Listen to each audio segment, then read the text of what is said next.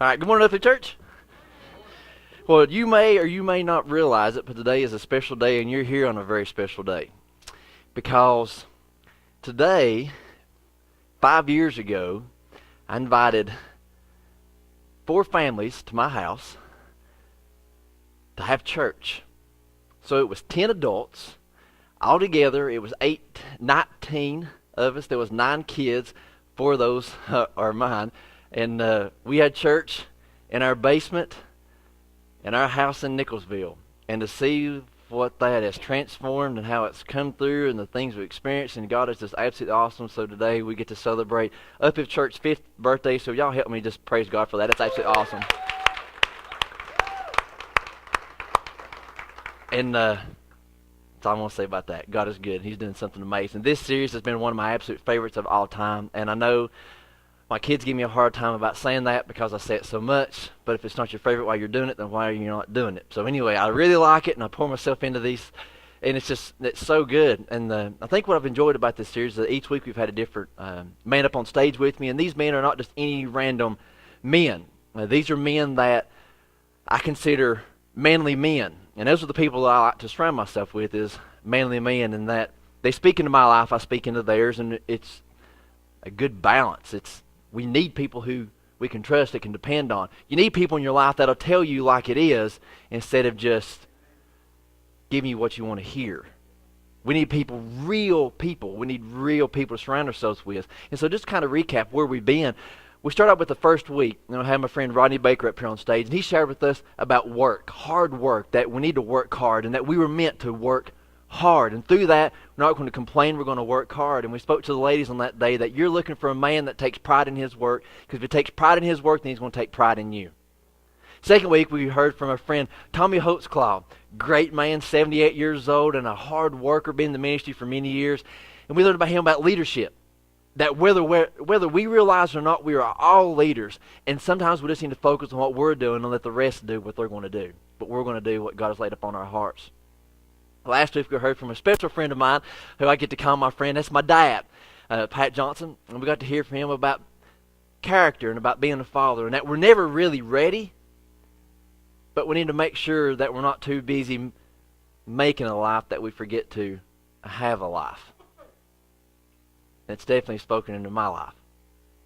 This entire series has been absolutely amazing, and I hope that it's spoken into you. And today we get to finish that up. Next week we're starting another series called Concrete, Foundational Principles That We Need in Our Life. It's going to be absolutely awesome. And today, I'm super excited today, because today we're talking about this last part of our man series, and this goes to everybody, and it applies to everybody. And it's called The Friendly Man. We all have friends. Some we're close to, some we work with, some we're not so close to. Some we just wave from a distance, others we hi-hat at Walmart. But we call them all friends.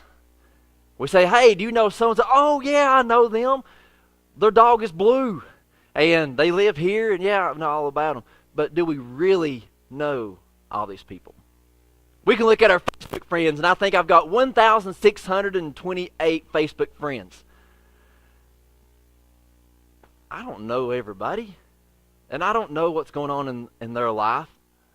And I'm sure you've got the same thing going on in your life. You don't know everybody quite so good. But there's a group of people in your life that you know really well.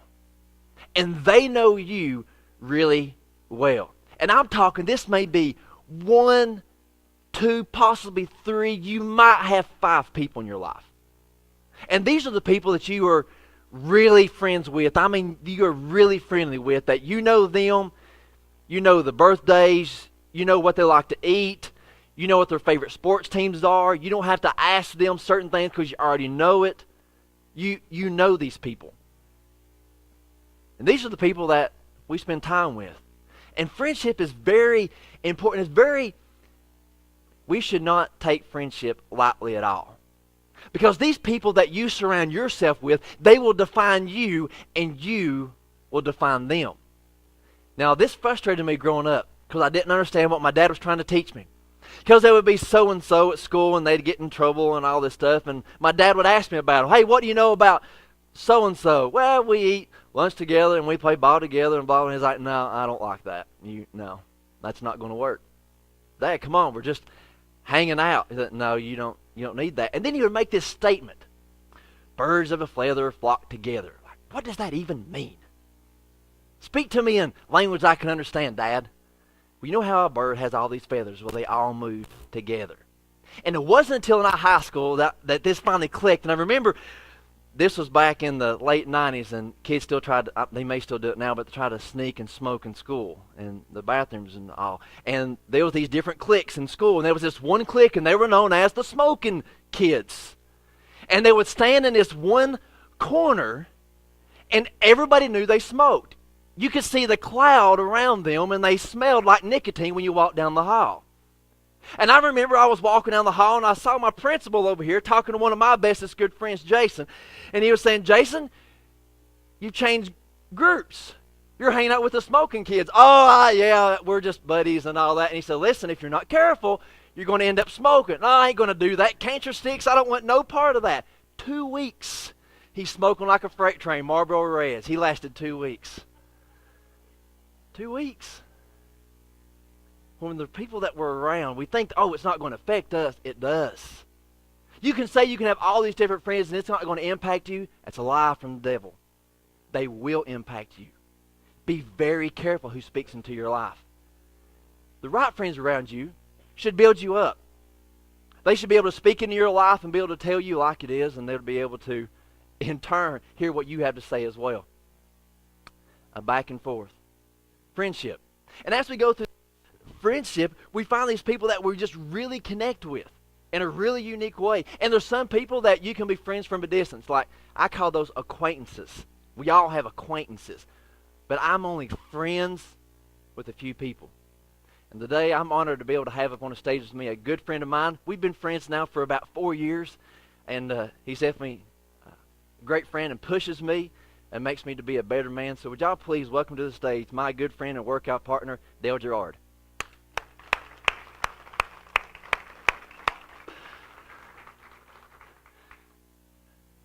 Nice, Dale, if you get up here, just like have everybody else and share with you. And I just got a couple of questions we're going to ask you.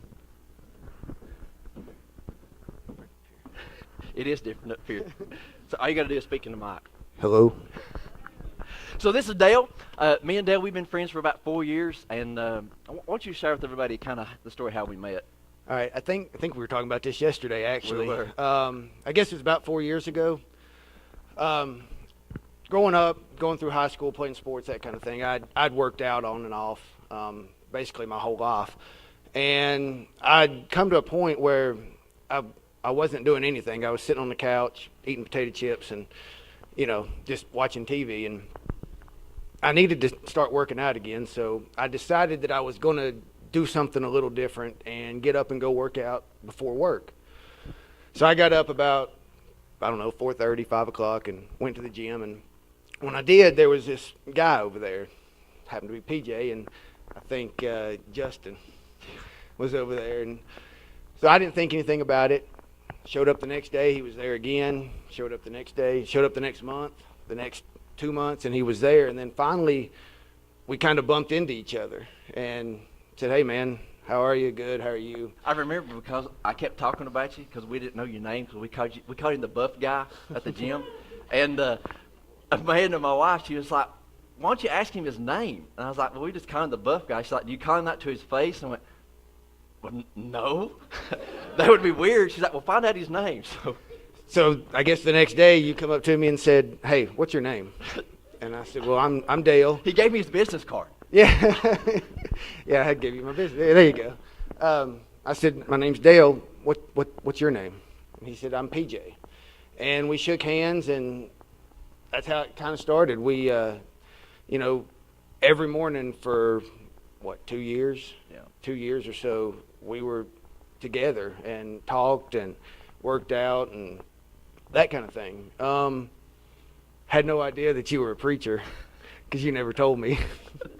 Until one day we're sitting at home, me and my wife, and we're watching the news, and they show a story about a new church in Weber City, and comes on, and there's a picture of the building out here, and there's PJ on the news being interviewed, and it said Pastor Patrick Johnson. And I said, hey, it's PJ that I've been talking about at the gym.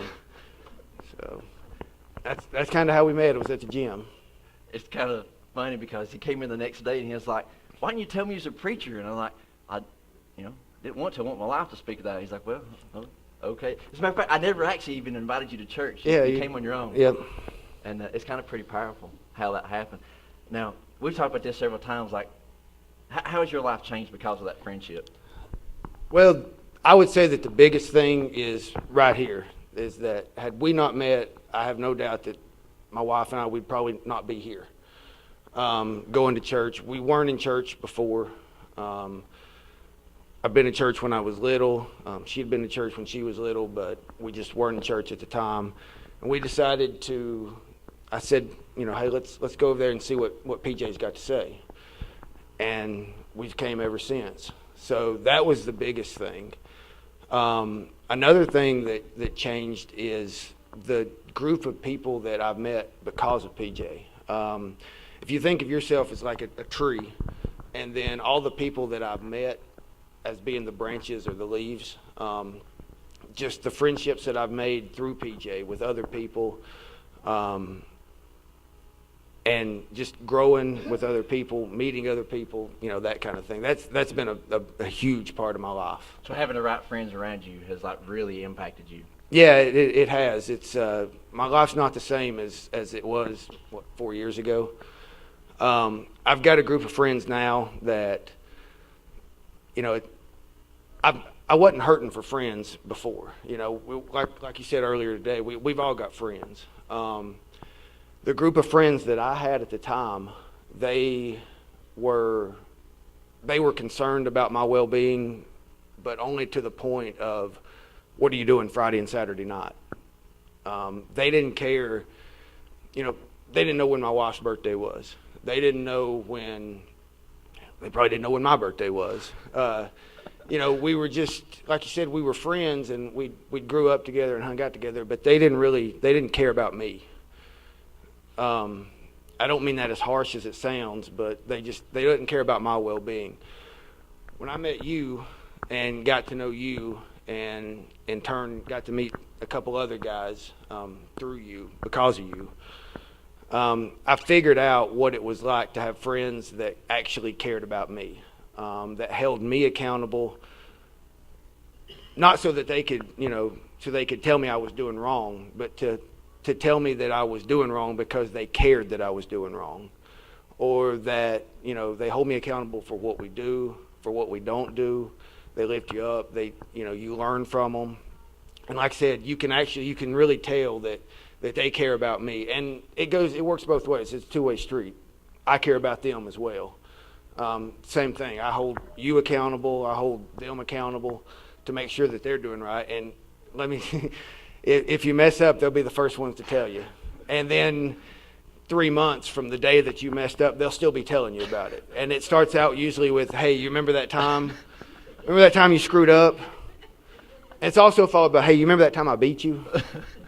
So, it's really a good group of guys. And the best part is the friendships that we've made because of those guys, meeting other people, that kind of thing. So that's what it's done for me. That's pretty cool.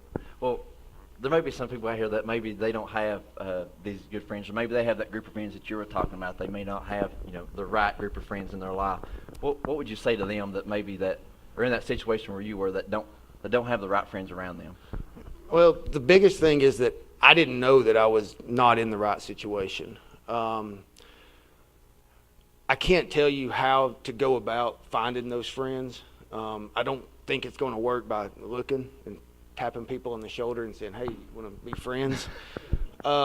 The biggest thing that I can tell you, though, is that if you're sitting there and you're asking yourself, you're thinking about your group of friends and you're asking yourself, are these the right friends?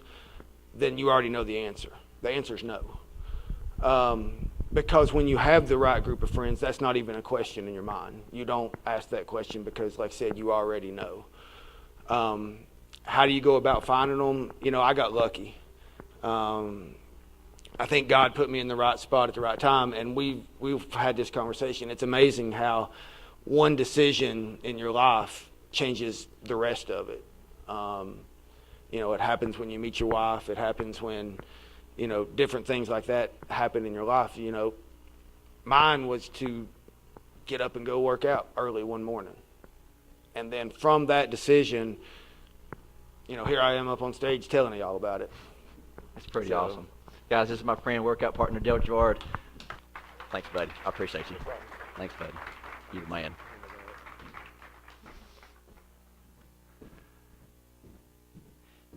Never know how things are going to work out. And sometimes we wake up and we can just go through life and think that, it's not going to be any big deal. Or you may have friends that you've had ever since high school. You may have met your friend, your very best friend, you may have met him, just recently. These friends around us, they impact us. And through, like, Dale's testimony there, you can kind of see how that can greatly impact and change your life.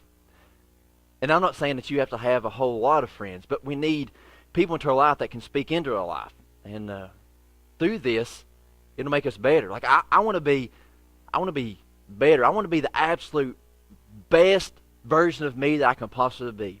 That means physically, mentally, spiritually, emotionally. Like, I want to be the best man that I can be.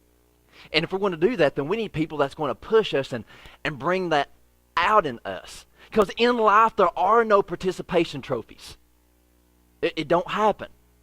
You get what you put into it. That's the way that this works. And the same thing with our relationships and our friendships. The Bible speaks so much about friendships because they're so important. I've just got a few verses I want to share with you. So if you have your Bibles, please turn with me to Proverbs, and we're going to be in a couple of different places because this is so powerful. And if you can grab a hold of this, it will greatly change your life. Just as Dale was talking about, because it's definitely changed my life. Because there's some friends that we have that we think that we're obligated to. And I'm sure you may have some of those in your life, that you're only friends because you're obligated to that. But there's some friends that are even better. This is Proverbs 18:24. Proverbs 18:24. He says, there are friends who destroy each other, but a real friend, I love that word, a real friend sticks closer than a brother. You heard what Dale said. Some friends, they don't really care about you. They care what they can get out of you. They want you and your truck because they're always moving or they're always got something broke down. They ask you, they just kick you to death. Just here and here and here and here. The needs and needs and needs. And they're sucking the very life out of you to where the phone rings and you go, silent. You've done it. But a real friend, when that real friend calls, you pick up the phone and you go, hey, buddy, what's up? Or you pick up the phone and like, hey, man, I can't talk right now, but I'll call you right back. All right, cool, man. A real friend sticks closer than a brother. I'm talking about a real friend, one that will go through the fire with you, that will be there through you through thick and thin. We need real friends in our life. We don't need this first type. It says there are friends who destroy each other. That's not a friend. If you got a friend who's constantly putting you down and all, that's not a friend. Now, don't get me wrong. We need people to be honest with us. Those are real friends that'll tell us the truth. That'll tell you that, hey, come on, you commit, do better. Come on, let's go. You need people like that in your life. That's why I like going to the gym. We've got these 3 guys that come with, and they're all of them. And this happened to me just Friday. I was trying to do this weight, and Casey's over here, and I was like, come on, man, you gotta commit to it. Dale's walking by, and he's like, come on, man, just pick it up. And you need people in your life like that will encourage you and tell you to go on when you're sucking wind and that you're exhausted and you're tired and you don't want to go anymore. Those are real friends. Not to destroy you, but to build you up to be the best version of you that you can possibly be. Earlier this week, me and Bill was working out by ourselves and we had to run. And I don't know about you, but I'm not a runner. I don't enjoy running. My wife does, and it's great for her and Laura and these people. Well, you all are awesome, but I don't enjoy running. You can't breathe. There's sweat getting in your eyes. It's running down your back and down your crack, and you just can't breathe. And so you're running. You're exhausted, and it's just like you're putting one foot in front of the other. And I was behind Bill, and we were passing. And here's all he said. Come on. That's all he said. I was like, daggone, if Bill can get there, surely I can. So I pick it up. So I gave it everything that I had. And when I got back, I had to swallow the vomit a couple of times, but just so I didn't do it. But it stayed down. Pushing to get better. A real friend sticks closer than a brother. Now, what does that mean to stick closer to? Through the fire. Through these trials in your life, that whenever they don't even know what to say, but that will come to your house and not say a word and sit on your couch and cry with you. They don't, just their presence is all you need. A friend that'll stick closer than a brother. I love this. A friend, a real friend. These are people that are in your life. Now, Dale just said earlier in his life that he realized that he didn't have these real friends. He didn't know he was in need of friends. He had plenty of friends, but they were not real friends. A real friend. One that we can count on. One that we can depend on. One that knows us inside and out. One that can take one look at you and know that something's off. A real friend. One that'll encourage you and pray for you. That'll help you. A real friend. Now, in King James, it says this verse a little different, and I like this. He says that a man that hath friends must show himself friendly. Now, some people are walking around, and like, man, I don't know why I ain't got needing friends, but they've got buzz off stamped across their forehead. Yes. If we're going to have active friends in our life, then we have got to be able to be somewhat friendly to other people to be able to connect. We've got to connect with somebody. And you might not be able to connect with this group of people at work. That's okay, you work with them. But you might be able to connect with this group over here. I never thought that people would ever stand in church and say, hey, we're using games to reach people. I think it's pretty awesome. It's out of my element. But obviously we got a couple of guys that are super excited about it. I'm more towards hard work and family and working out. Those are the people that I connect with. And guns. I like guns because they go bang, and I like guns. So I connect with that group of people. And the people that you connect with, and maybe you don't just quite jive with them. That's fine. You're not obligated to them, but you need to find somebody that you can connect with and that'll make you better. Church is a great place to get connected with people. You should have a common denominator, and that is God the Father. It's the best place to get connected. Dale said it changed his life. Changed my life. Well, I quit just coming to church just to show up, and I came to be a part of it. Man, it changed my life. Oh, man. I love this. There's a friend that sticks closer than a brother. We need these friends. And you may think that you're fine. You may think that you're fine and dandy with these people in your life. Well, you're not. You're not just fine with just any old friend.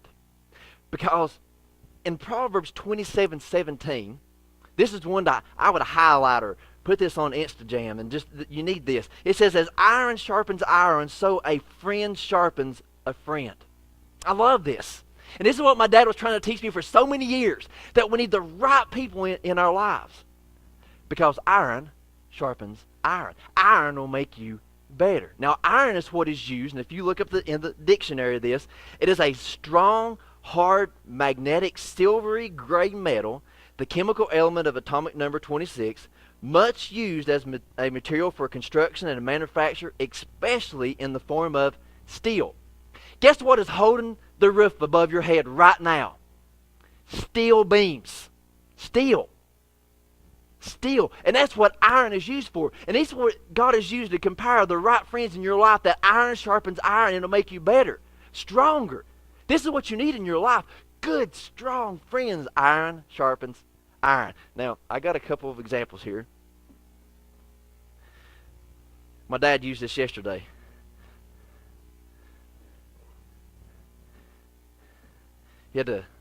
He smoked some pig meat, some ribs and all, and it was great. Some chicken and pork butt, and he used the axe and to get some wood in there. And if you want to put an edge on this, you use some metal. Iron sharpens iron. And you keep going through this, and it'll iron it down. Since then, we've kind of graduated from the file, and we've got a grinder that does that now, and it makes it a whole lot faster. But I remember sharpening it. Something that some of you may be familiar with. You may know what this is? Tobacco knife. Oh man. I used to hate God for creating tobacco. And I remember we'd be taking water breaks, and Dad would grab out the file. We had a bucket. We kept this and the spears in, and Dad would file it down, make it sharp. Because a dull one, you'd have to hack at it, to be able to get to back it down. But you had a good sharp blade on it with a good point. Oh man, one whack, quack, lay it in your pile. Whack, lay it in your pile. Brick making work. I mean, it would break your back.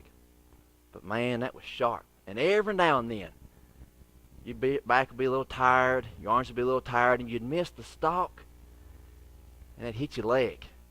Oh, and it hurt. It'd go right through your jeans,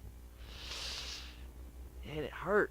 And you're like, man, Dad, why did you sharpen that so much? And he would say, why'd you miss it and hit your leg? Dad, you're right. Now, you want to sharpen this, you'd use a file. Iron sharpens iron. But I think we've got some people in our life that are more like this.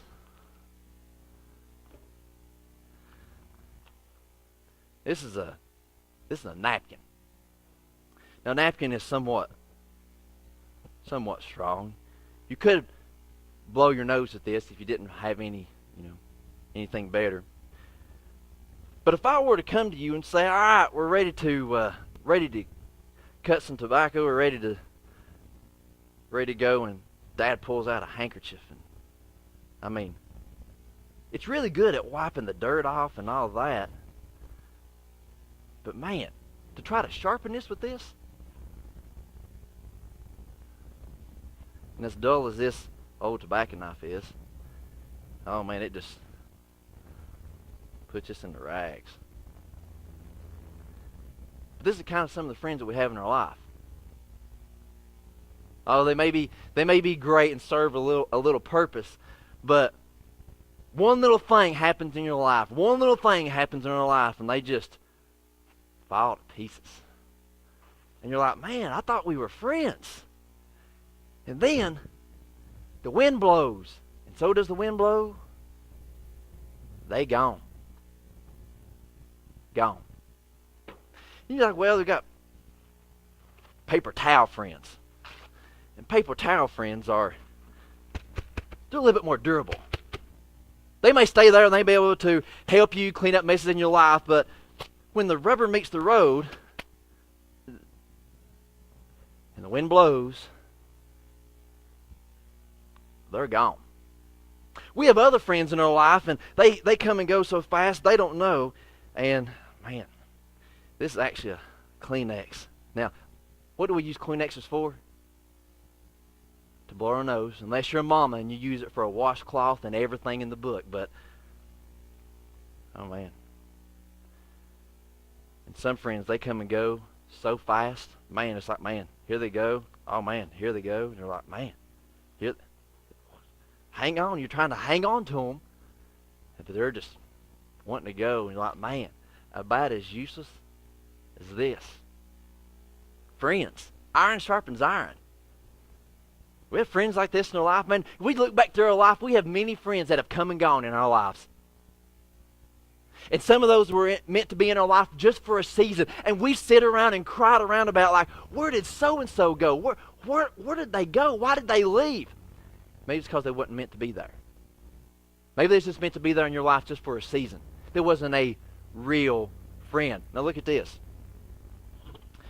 Here's this file. We said that now he says that iron sharpens iron. Iron sharpens iron. That's it. He's had this for a long time. Told Dad, I said, Dad, I need a prop for iron. He said, here you go. Because I don't know about you, but whenever something's facing me in my life, I want to have the right tools to knock it down. I don't want to come up to some tree. I want to come up to something in my life, and the only thing I've got is some paper towels. Because as we go through life and as we experience things in life, it's going to get a little messy. Oh, man. And when it gets a little messy,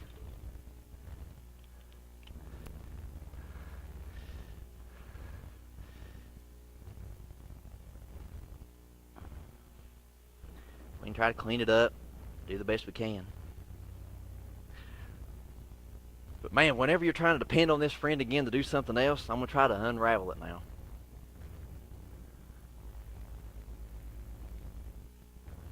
No, done put a hole in our friendship. No. There it goes.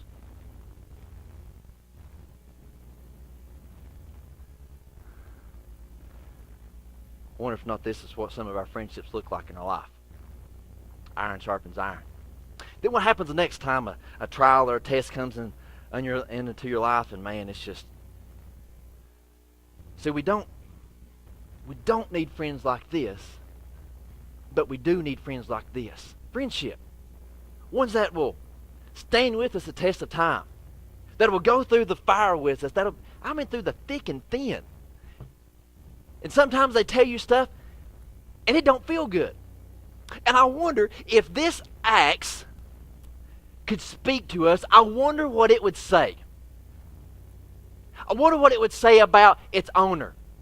Man, that owner, he swings with some authority. When he comes down to chop that wood, man, it's just... he's a beast. But it sure hurts me.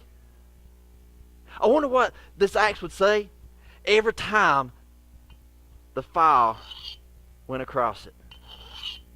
We say, oh, I don't feel good. That hurts. Stop. But when you get done in the end, give you a nice blade. Good sharp edge. Just so as iron sharpens iron, so a friend sharpens a friend. Church, we need friends that'll make us sharper, that'll make us better. We need friends in our life that will help us go through life to where we can be just like that axe. And through this life, what Dale said, yeah, they're going to tell you when you messed up, not so they can rub it in your face, but to help make you better. That whenever you're wanting to quit, not go on, that they can encourage you and help you, that'll pray for you, that'll be with you. A friend, I love this. A true friend should make you better. And you're probably here saying like, yeah, but I got tons of these wet paper towel friends. Man, like it's not going to hurt anything. Just set it out in the sun, let it dry out, and it'll be all right. This paper towel will never be the same. It'll never be the same. And if we have the wrong people around us, we will never be the same. Apostle Paul said this in 1 Corinthians chapter 15. Now look at this. He says, don't be fooled by those who say such things, for bad company corrupts good character. Again, this is what my dad was trying to teach me all those years. That the friends you have around you says everything about you. The people that you hang around, just like my friend Jason, in school, here he was, leaning up against the wall, 1 foot up on the wall, hands in the pockets, looking all cool. And it corrupted his character. And it's what he's saying here, is that don't be fooled. Don't think that they're not going to have an impact on you, because they are. We can be friendly to people. I'm not saying you can't just go out and say, well, you're on my ex-friend's list. I'm going to unfollow you, unFacebook you. I'm going to completely and totally avoid you. That's not what we're saying. But some people you can be acquaintances with, you can be friends with. But I'm talking about those couple people, those 2 or 3, 5 people in your life that speak into your life. They need to be the iron. They need to be the ones that will stand by your side, that will help you through life. They don't need to be men of questionable character.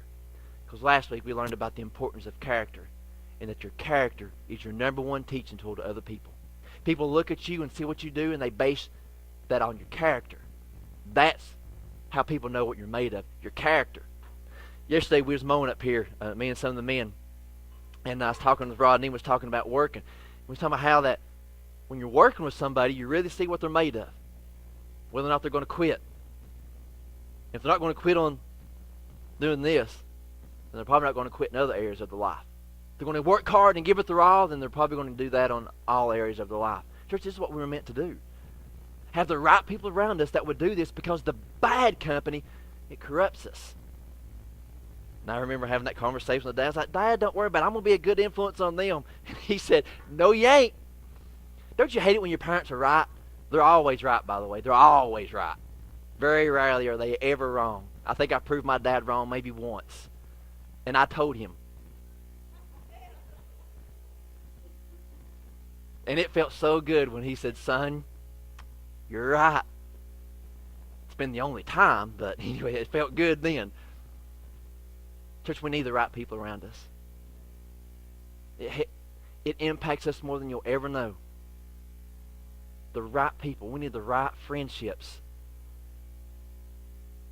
Who do you have in your life right now?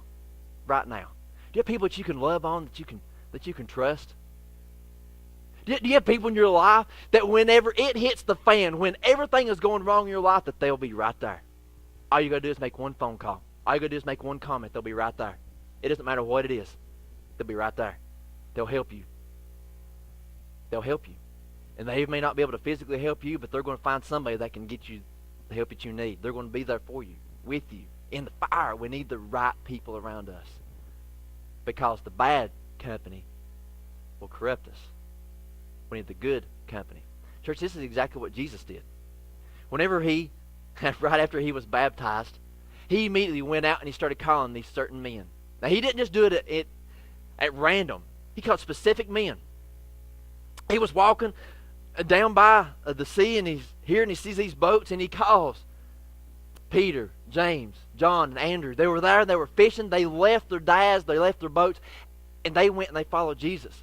You see a little bit later where Jesus sees Matthew, a tax collector, and here he is, Matthew, collecting taxes. He says, Matthew, I need you on my team, buddy. Come on. Matthew quits his job, leaves it, and starts following Jesus. Specific men. Church, we need this in our life.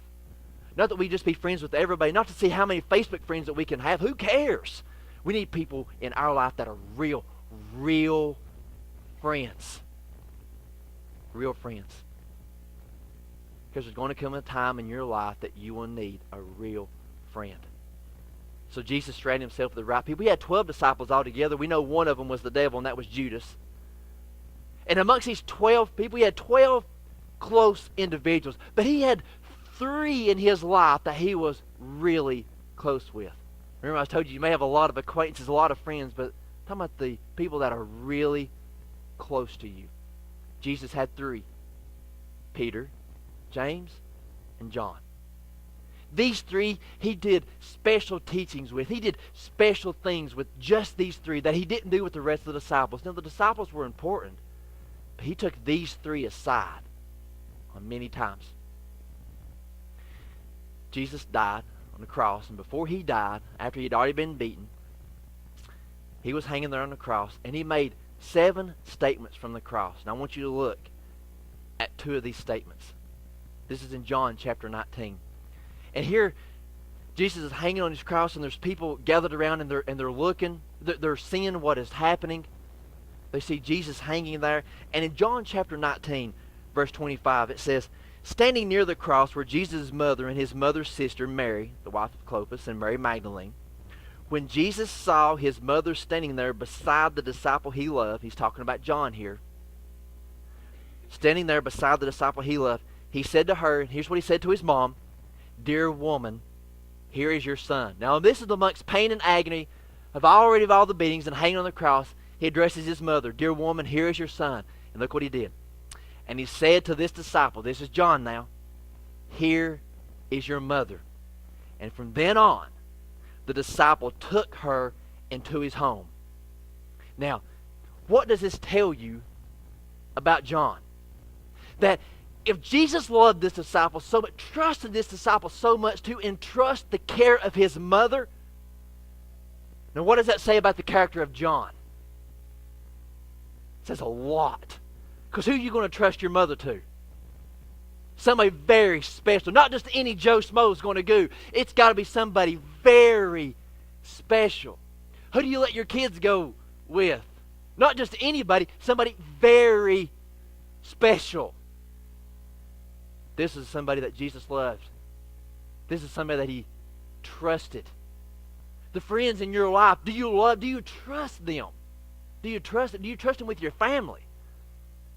Enough to where here in amongst this agony and pain, Jesus is concerned about his mother, and he entrusts that to his disciple, John. And John had no question. There was no doubt. He didn't say, well, how can I afford this? I can't keep your mother. She ain't my mom. She's your mom. Get somebody else to take care of her. See, Jesus had other brothers and sisters. But he didn't trust them with his mother. He trusted John. John. Do you have people in your life that you would trust this much with? These are the type of friends that we need in our lives. These type of people. Man, that you can call them up and they'll say, man, it doesn't matter. They'll be like, hey, what are you doing today? Man, my septic system is backed up and overflowed. You're like, all right, man, you need some ditch diggers? We'll be right down. That's the type of people you need.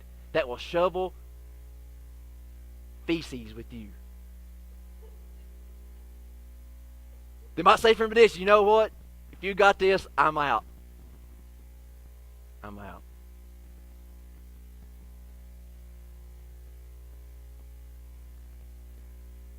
About a couple months ago, this happened to me. We've got this pump in our septic tank, and it went out. And when your septic tank don't work, it's got to go somewhere, so it was coming back.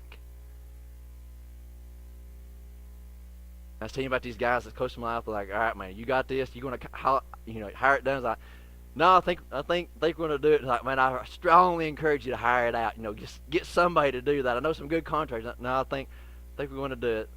Dad's going to help me. My brother came down,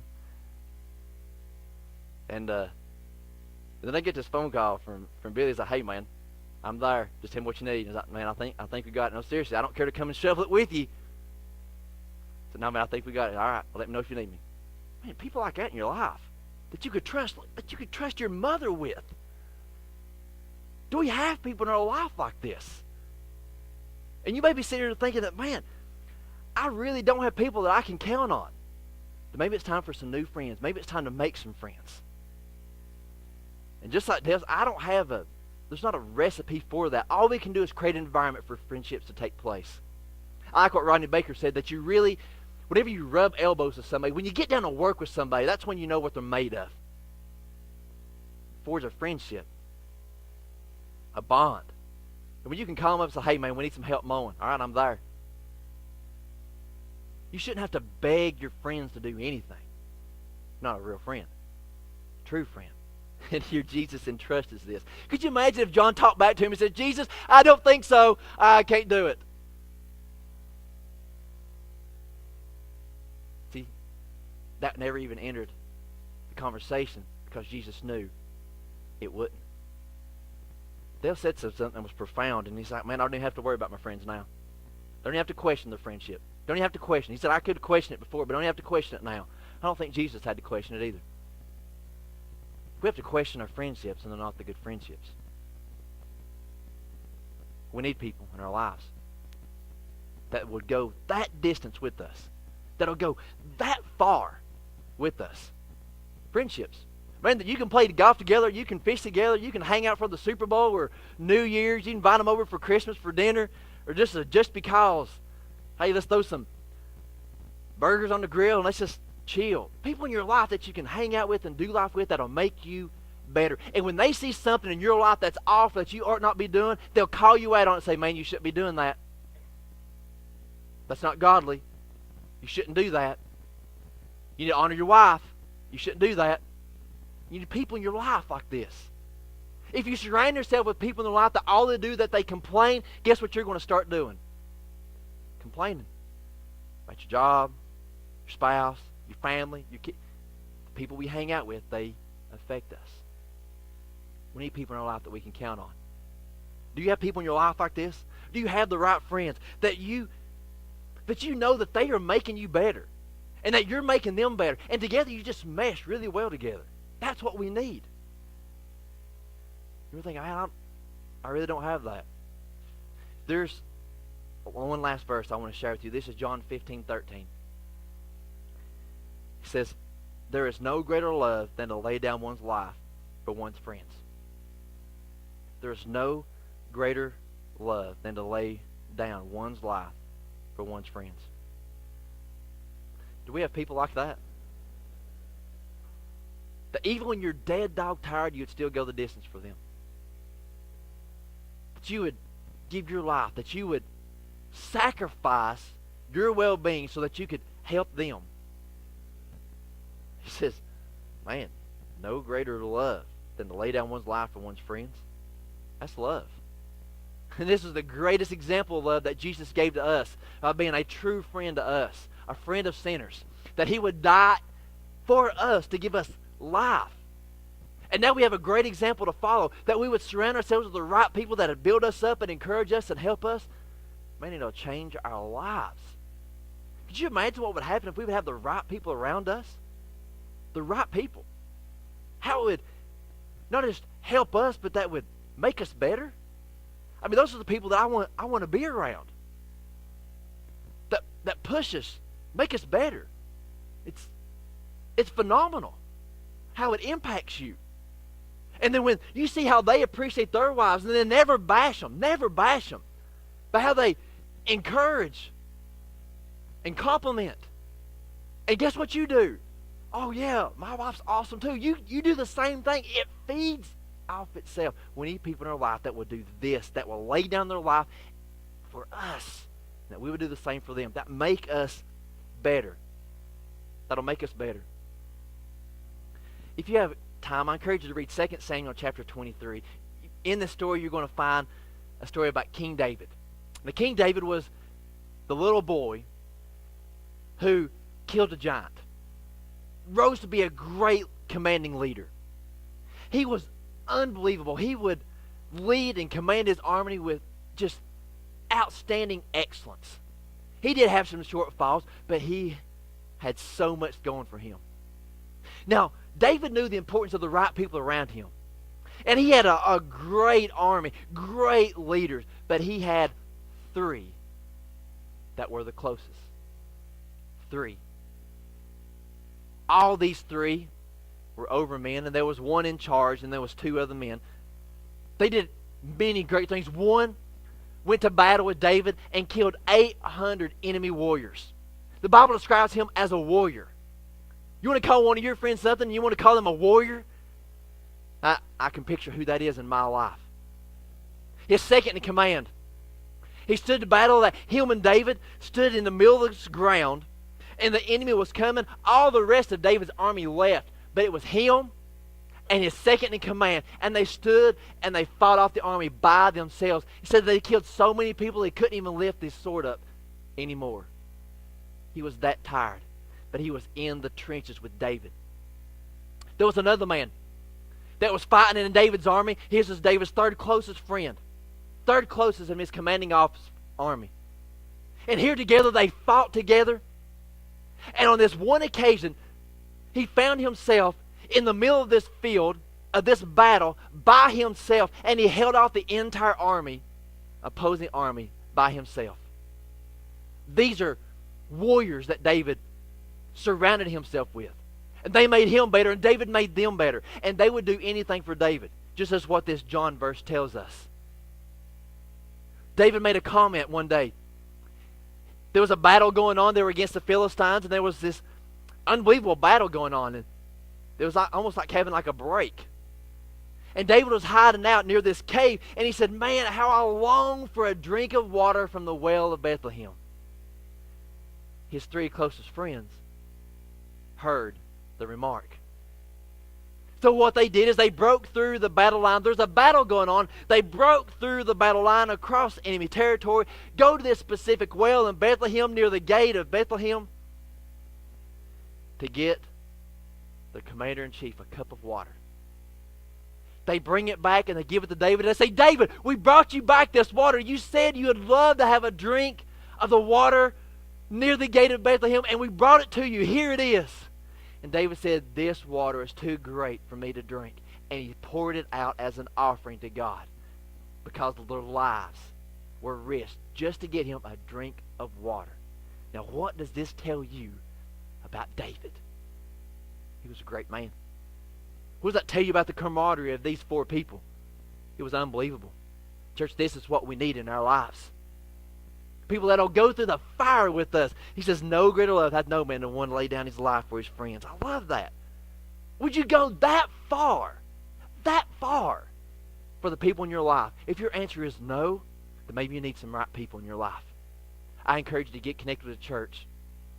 Hang out with Tony in the parking lot. Come in here. We'll put you to work. Whatever. We need the right people in our lives. You are not meant to do life alone. You're meant to do it together with people, with somebody. We need people in our lives. Just as iron sharpens iron. That's what we need. People that'll make us sharper, that'll make us better. This is what we need. So you have a choice to make.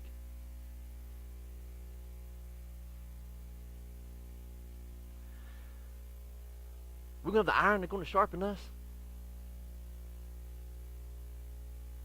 Or are we going to have a wet paper towel?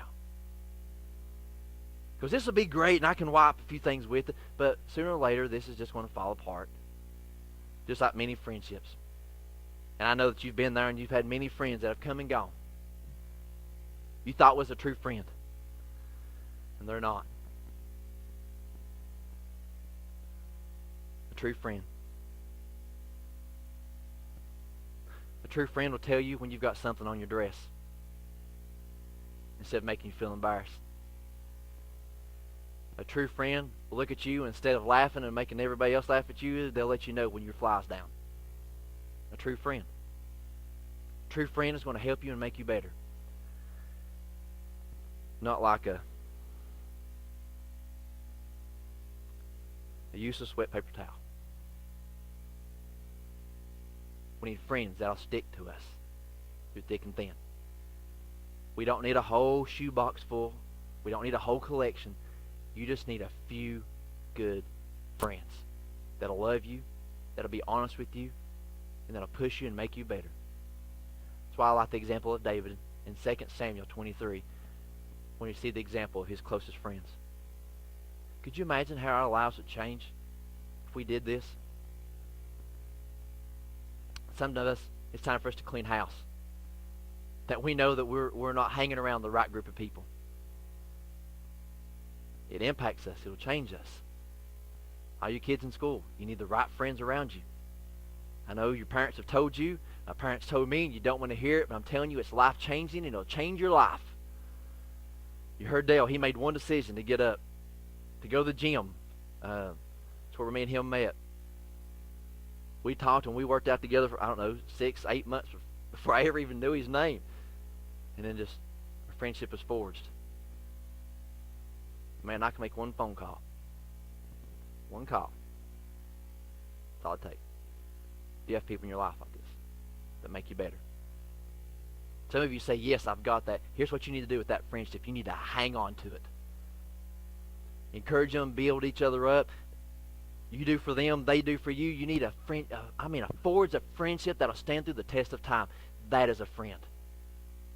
You need a friend. Others of you, as you've got this friendship, you just need to continue just to nurture it, feed it. Don't take advantage of them. As they would do for you, you do for them. Just give it your all. Because our kids, people around us, they're looking at our friends. I already told you, you're probably tired of me talking about going to the gym. But my kids, they know I do this. Every night I get my gym bag ready. I do this every night. And when I come home in the evenings, I'm carrying my gym bag. And I usually set it down beside the door, and I usually go in and I give my kids a hug. You know who my kids ask about every day? Every day, they ask me about 3 people. Casey, Billy, and Dale. Every day. You know who Eliana prays for at night? Casey, Billy, and Dale. I usually meet with Super Dave once a month, and we talk about business of the church. And every time I come home from a business meeting, you know who my kids ask about? Super Dave. Periodically, I meet with our youth pastor, David Smith, and my kids know this, and they know that he speaks into my life and I speak into his. Every time I come home, guess who they ask about? David Smith. People are looking to us, and the people that we hang around, it says everything about our character. It says everything about who we are. The right people around us will make us better. And my kids are looking at the people I hang out around with, so they will have a guide about who they are going to hang around with. You see how that works? You can't look at your kids and say, now I want you to have good friends, but don't have friends like mine. You want other good friends. You can't do that. Set the example for them to follow. Do you have the right people around you in your life right now? If you do, then I'll encourage you to take some time and thank God for them and continue to invest in that friendship. Others of you would say, I don't have those type of friends. Then it's time to forge some friendships. If you have questions about how to get connected with the Uplift Church, you can see my wife at our connection table out here, and she'll help you. We want to get you connected. But it first starts with you admitting what you need to do. I'm going to ask you to bow your heads and pray together as we come to a close. Father God, we thank you for what you do, and we thank you for your word and how powerful that it is and that it speaks to us. And God, it's so relevant to our lives. And today, Father, this hits really home. It's just as iron sharpens iron. We need the right people in our lives. That'll help us, that'll make us better. That won't suck the life out of us, but that together we can be encouraged and that we can go through life together. God, they'll know about us, intimate details about us. They'll know our dog's name. They'll know our wife's birthday. They'll know and ask about our kids. They'll call us out when we're not doing so hot. They'll help us whenever we need help. God, we need these right people around us. So, Father, I pray through the power of your Holy Spirit that you'd speak to us right now. All those watching online and all those present here today, that you would speak and be ever so clear. As you continue to pray, there's many of you here today, and you had those type of friends. You have people in your life that you're thankful for, and man, they are good, true, what the Bible said, real friends. If you've got friends like that right now, would you call out to God right now and just thank God for your friends? Thank God for your friends. Just call out to God and say, God, I thank you for my friends. And pray for them right now. You got people in your life that speak into your life and that you can be honest with, and they're honest with you. Just take a minute right now and just say, God, I want to thank you for so-and-so and so-and-so. Thank you for putting so-and-so in my life, for making it better. Thank you for so-and-so.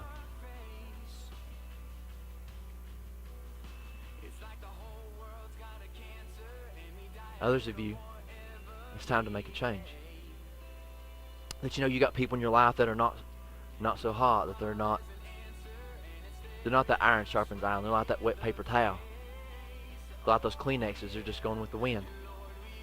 They come and they go. They come and they go. They only come to you whenever they need something. Whenever your phone rings, you know they're just going to need something. And right now, God is speaking to you saying, listen, I know a friend. And his name is Jesus. And if we can get our friendship with Jesus right, it'll change every area of our life. If we can surround ourselves with the right people, it'll change every area of our life. I'm not going to call you out. I'm not going to ask you to raise your hand, but if that's you today that you need a true friend, would you call out to God right now and say, God, prepare my heart that I may receive that true friend? Would you pray with me right now? Father, I pray that you would search us out, that you'd help us, that we would make true friends. This is what the Bible said, that would stick closer than a brother, that would sharpen us, that would make us better, that would be honest with us and tell us what we need instead of what we want to hear. God, I pray for every friendship here, every one of them, God, that you would help them bind close together and that these friendships would be forged together, that nothing would tear it down, and that it would stand through the test of time, that even through disagreements, through arguments, when we don't see eye to eye, that we can still be friends about it and stick close to one another. God, we need people in our life that we can trust and depend on. Just as Jesus entrusted his mother's care into John, we need people in our life that we can trust. So God, I pray for everyone here that you'd help us, that we would forge the right friendships, that we wouldn't forge a friendship just out of obligation. God, that we would have one that would be formed, that would bring glory and honor to you, and that would make us better. God, I think some of our very best friends are our spouses. I pray for every marriage here. God, I pray that you would bind this husband and wife together so tight, so close together, Father, that nothing could separate it. For they truly go through the thick and thin with us. They truly go through the fire with us. So I pray for every marriage here today, God, and the friendships that they have with one another, that you would bind them so tight, that their friendship would be so close that nothing could separate it. Help us, Father God, as we go throughout this week, that we'd be able to invest in our friendships as they invest in us, that we'd be able to help make them better as they help make us better. And together, Father, the change would be unbelievable. As they impact our lives and we impact theirs together, we're going to impact the community. Our workplace is going to be better because our friends are making us better people. Our church is going to be better because our friends are encouraging our relationship with God and making us better. God, help us to make a difference in the world, and it can start with a true friend. God, we thank you for your word and how it speaks to us, and may you continue to do a great work in us and through our church. Thank you, Father, for what you're doing and all that you're going to do. In the powerful name of Jesus we pray. Amen. You got some awesome praise today. God, I love you so very much.